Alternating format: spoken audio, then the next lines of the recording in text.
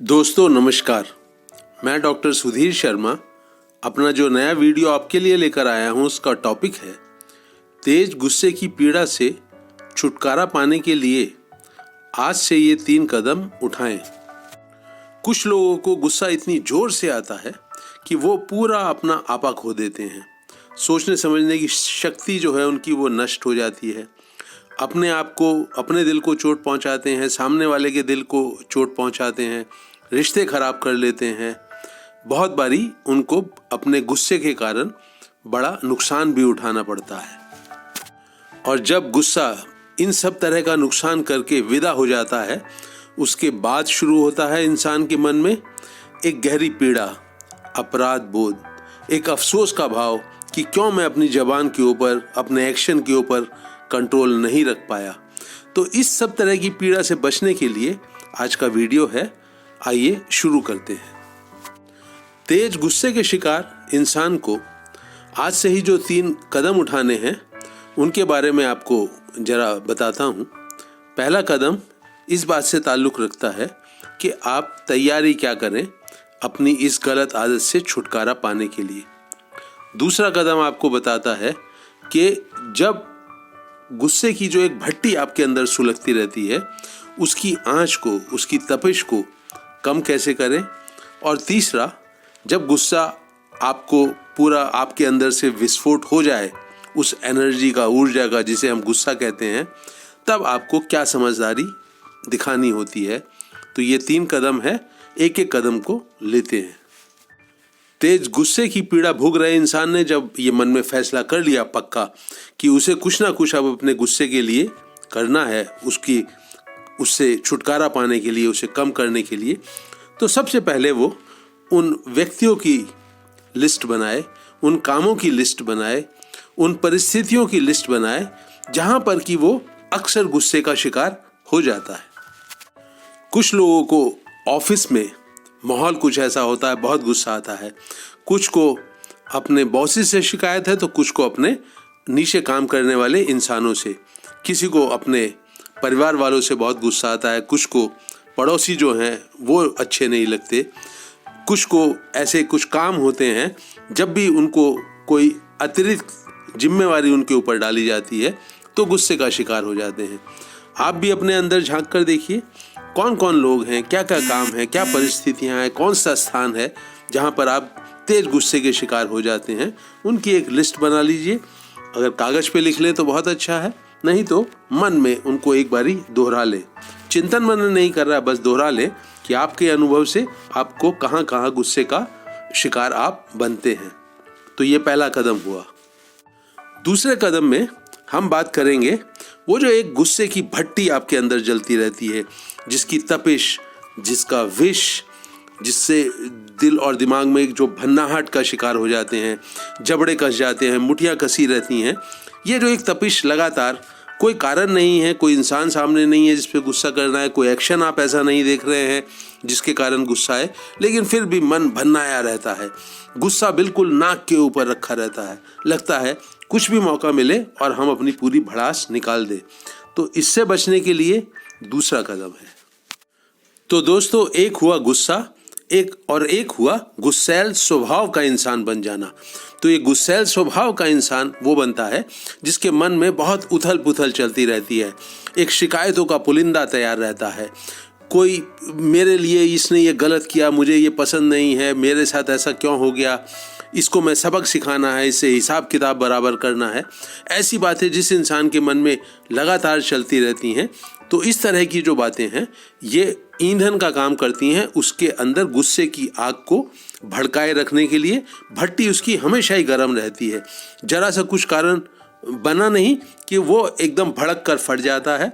और ये जो सोच विचार की एक आदत है, लगातार अपने जीवन के बारे में, घटनाओं के बारे में, परिस्थितियों के बारे में, इसको कम करने के लिए आपको करना क्या है, ये दूसरा कदम है कि आपको करना क्या है, जरा उसे समझ लेते हैं। तो मित्रों, जो आपके दिमाग में चलता है आपकी जिंदगी को लेकर, परिस्थितियों को लेकर, घटनाओं को लेकर, उनसे आप कोई एक्शन नहीं कर रहे हैं, इस बात को समझ लें। अंदर ही अंदर आप अपना खून फूंक रहे हैं, कल को किसी के साथ भिड़ जाएंगे, बहस में उलझ जाएंगे बिना बात की और उसका खून फूकेंगे, रिश्तों को खराब करेंगे और एक्शन कुछ भी नहीं होता है जो आपके दिमाग के अंदर, खोपड़ी के अंदर चलता रहता है। तो उसको बिल्कुल एक डेंजरस, खतरनाक एक क्रिया माने, एक मशीन की तरह से आपका मन जुगाली करता रहता है और इससे अपनी ऊर्जा को खींच ले, इसको समय ना दे। जब भी आपको लगे कि आपका मन बिना बात के उलझा हुआ है किसी घटना में, अतीत की, किसी फ्यूचर की, आने वाले समय की बात को लेके, तो अपने कंधे उचकाएं, कहें नहीं, ये खतरों से मैं खेल रहा हूँ, अब मेरे अंदर गुस्से की भट्टी सुलगना शुरू हो गई है, इसकी तपिश में मैं भी जलूंगा, किसी और को भी जलाऊंगा। तो कंधे उचका के समझदारी दिखाते हुए उस जो विचारों की गति है उसको ऊर्जा देनी बंद करें। तो ये है दूसरा कदम। यहाँ ध्यान में रखने वाली बात यही है मित्रों कि विचारों का विरोध ना करें, मुझे ऐसा करना है, ऐसा नहीं करना है, ऐसी उथल पुथल ना मचाएं। विचारों को चलते हुए देखें, आपका उनसे कोई लेना देना नहीं है क्योंकि आप उनको खतरनाक मानते हैं। बस इतना समझदारी दिखाएं और जो काम कर रहे हैं उसमें पूरी तन्मयता के साथ, ईमानदारी के साथ उसमें जुड़े रहें।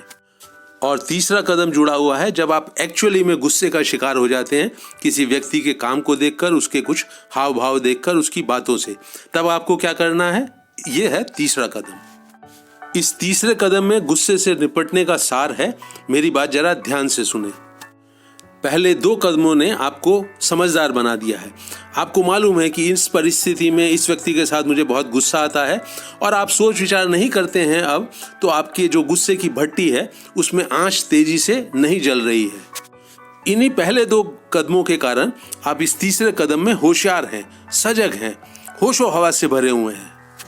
और यूं सजग होकर गुस्से के अंदर प्रवेश करने का फायदा क्या होगा, आपको अपने भीतर ये जो गुस्से की ऊर्जा है, ये जो भन्नाहट है, ये बढ़ती हुई, ऊंचे लेवल को छूती हुई साफ प्रतीत होगी, महसूस होगी। आपको साफ एहसास होगा कि कुछ शब्द, कड़वे, तीखे, चुभते हुए शब्द, गुस्से से भरे हुए शब्द आपके मुंह से निकलना चाहते हैं। आपको साफ महसूस देगा कि आप कुछ गलत एक्शन कर सकते हैं, कुछ तोड़ फोड़ कर सकते हैं, किसी पर हाथ उठा सकते हैं। तो ये सजगता के कारण आपको जो गुस्सा है वो पुरानी तरह से नहीं पकड़ेगा, बल्कि ये उठता हुआ, इसका जो लेवल है, इसकी जो तेजी है, इसकी जो तपिश है, ये साफ अपने अंदर बढ़ती हुई दिखाई देगी, महसूस देगी। तो दोस्तों, गुस्सा वो होता है स्वाभाविक किस्म का, जो किसी के एक्शन को देखकर, जो कोई घटना घट रही है उसके प्रतिक्रिया स्वरूप आपके अंदर पैदा होता है। सब जानवरों के अंदर पैदा होता है, इंसानों के अंदर पैदा होता है। तो ये स्वाभाविक गुस्सा कैसे आपके भीतर आपको गुस्सैल नहीं बनाता है, वो जरा समझ लेते हैं। गुस्सा एक एनर्जी है, ऊपर जाता है और बड़े स्वाभाविक ढंग से नीचे आ जाता है, क्योंकि जो घटना ने गुस्सा पैदा किया, जिस एक्शन को देखकर आपको गुस्सा आया, वो खत्म हो चुका है। तो स्वाभाविक गुस्सा मित्रों खराब नहीं होता। तो दोस्तों, स्वाभाविक गुस्सा करना सही है क्योंकि यह आपके हितों की रक्षा करता है। तो सजगता के चलते आप अपने भीतर तापमान को बढ़ता हुआ देखेंगे गुस्से का। आप देखेंगे कि क्या शब्द निकल रहे हैं, क्या एक्शन शुरू हो गया है, क्या शुरू होने वाला है। ये सब आपको सजगता की रोशनी में दिखाई देगा, महसूस देगा। सजगता की रोशनी में गुस्से की ऊर्जा ऊपर उठती है और अपना काम करके बैठ जाती है। आप गुस्से को ना रोकना चाहते हैं, ना टोकना चाहते हैं, ना उसके कारण अपने ऊपर कुछ पाबंदी लगाते हैं। आप इसको देखते हैं चढ़ते हुए और फिर उतरते हुए, और आपको एक बड़ा आश्चर्यजनक अनुभव होगा।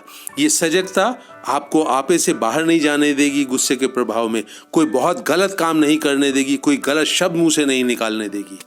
और ये सजगता का ही गुण है कि जब गुस्सा विदा हो जाएगा तो पीछे आपके मन में कुछ बाकी नहीं बचेगा, कोई शिकायत नहीं होगी, कोई विरोध नहीं होगा, कोई गुस्से का भाव नहीं बचेगा। तो इन तीनों कदमों को अच्छी तरह से अपने ध्यान में ले लीजिए। पूरी सजगता और समझदारी से इन तीनों कदमों की सहायता से आप अपने गुस्से पर काम करिए। आप गुस्से की पीड़ा से मुक्त होने में, छुटकारा पाने में अवश्य सफल होंगे। अपने इस वीडियो को मित्रों मैं यहीं रोक रहा हूं। अपनी राय और सुझाव से मुझे अवगत कराएं। मेरे YouTube चैनल हैप्पीनेस सीक्रेट को अवश्य सब्सक्राइब करें। मेरा हौसला बढ़ाने के लिए अपने करीबी लोगों से भी मेरा चैनल सब्सक्राइब करवाएं। इस वीडियो को अंत तक वॉच करने के लिए आप सबका दिल से धन्यवाद।